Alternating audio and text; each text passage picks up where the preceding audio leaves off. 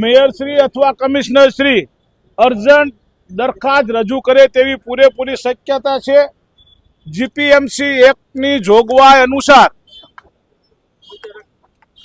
આ પ્રકરણ 2 માં કલમ L મુજબ પેટા નિયમ મુજબ કોઈ પણ અંદાજપત્રનું હોય કે ખાસ બોલાયેલ સામાન્ય સભા, આ 2 સભાઓમાં ક્યારે પણ જે દરખાસ્તો મૂકેલી છે એ સિવાયની અન્ય અર્જન્ટ દરખાસ્ત આવી શકે નહીં એવી કાયદેસરની જોગવાઈ છે।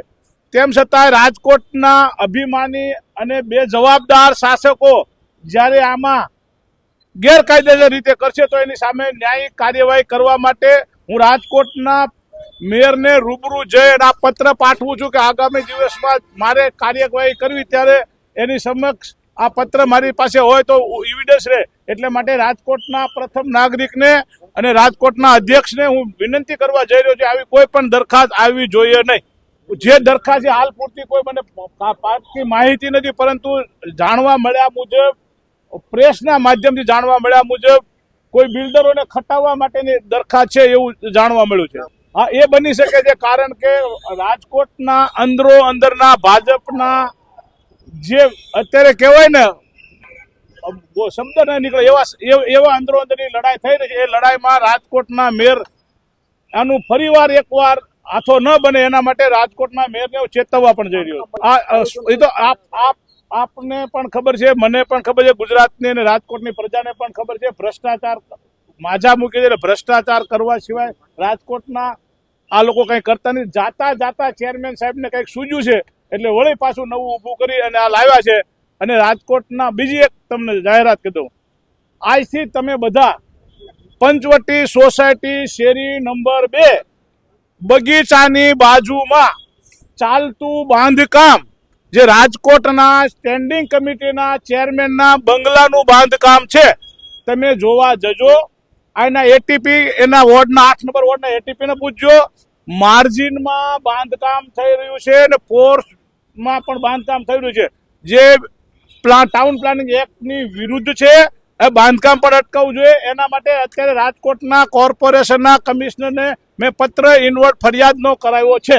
પહેલાં તો આજે રાજકોટ મહાનગરપાલિકાનું ખાસ જનરલ બોર્ડની આજે બોલાવવામાં આવ્યું હતું। વિપક્ષના સભ્યોને 2 કે 3 ટર્મથી રાજકોટ મહાનગરપાલિકામાં વિપક્ષના કોર્પોરેટર છે અને ખુદને ખબર નથી, પણ એક્ટ મુજબ મેયરશ્રી ગમે ત્યારે જનરલ બોર્ડ બોલાવી શકે છે। જ્યારે ટર્મ પૂરી થતી હોય, આવતીકાલે ટર્મ પૂરી થાય છે અને સ્ટેન્ડિંગ કમિટીએ મંજૂર કરેલા અમુક જે કામો છે, જે જનરલ બોર્ડમાં જવા લાયક હોય કામો, બોર્ડની મંજૂરીની અપેક્ષાએ બોર્ડ જે સ્ટેન્ડિંગ કમિટીએ મંજૂર કર્યા હોય એ બોર્ડની અંદર લઈ જવા પડે। આવતીકાલે 11 તારીખે રાજકોટ મહાનગરપાલિકાનો 5 વર્ષની ટર્મનો છેલ્લો દિવસ છે। જે 12 દરખાસ્તો હતી નિયમ મુજબ અમારે લેવી પડે। મહત્વની દરખાસ્તોમાં BAPS સ્વામિનારાયણ સંપ્રદાય કાલાવા રોડ પર જે મંદિર છે પ્રમુખ સ્વામી મહારાજ સાહેબનું, એને નિઃશુલ્ક દરે રેસકોર્સ ગ્રાઉન્ડ મહોત્સવ માટે આપવાની દરખાસ્ત હતી, સ્ટેન્ડિંગે મંજૂર કરી હતી, પણ આ નિયમ છે કે બોર્ડમાં લઈ જવું પડે। બીજું, સમગ્ર રાજકોટના જૈન સમાજનું નાચ જમણ માટેની પણ એક દરખાસ્ત હતી, એ પણ નિઃશુલ્ક દરે રેસકોર્સ ગ્રાઉન્ડ દેવાની દરખાસ્ત હતી। જો આ દરખાસ્ત અમે ન લઈએ તો કોર્પોરેશન એને આચારસંહિતા વખતે ગ્રાઉન્ડ નથી આપી શકતું। વિપક્ષ વિરોધ કરવો જોઈએ, પણ વિપક્ષે અભ્યાસ કરીને વિરોધ કરવો જોઈએ। નંબર 3, અમીન માર્ગના રોડ ઉપર જે કોર્પોરેશનને પ્લોટ વેચ્યો, આને દસ્તાવેજ કરવાનો છે। આના 106 કરોડમાં જે પ્લોટ વેચ્યો છે એની પણ દરખાસ્ત હતી કે જે બોર્ડે મંજૂર કરવી પડે।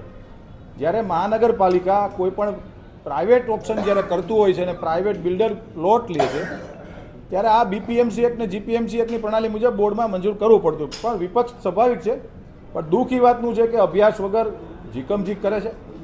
મારા આપને પણ વિનંતી છે મિત્રો, મીડિયાના મિત્રોને, કે આજે આ છેલ્લું બોર્ડ છે। વિપક્ષના સભ્યને ખાલી તમે પૂછો કે તમે કયા આધાર અને કયા નિયમ મુજબ તમે પ્રશ્ન પૂછો છો। ગમે એ પ્રશ્ન પૂછી નાખે અને એનો જવાબ દેવા અમે બંધાયેલા નથી, છતાં પણ આપ કહો છો એનો આપને આપું છું જવાબ।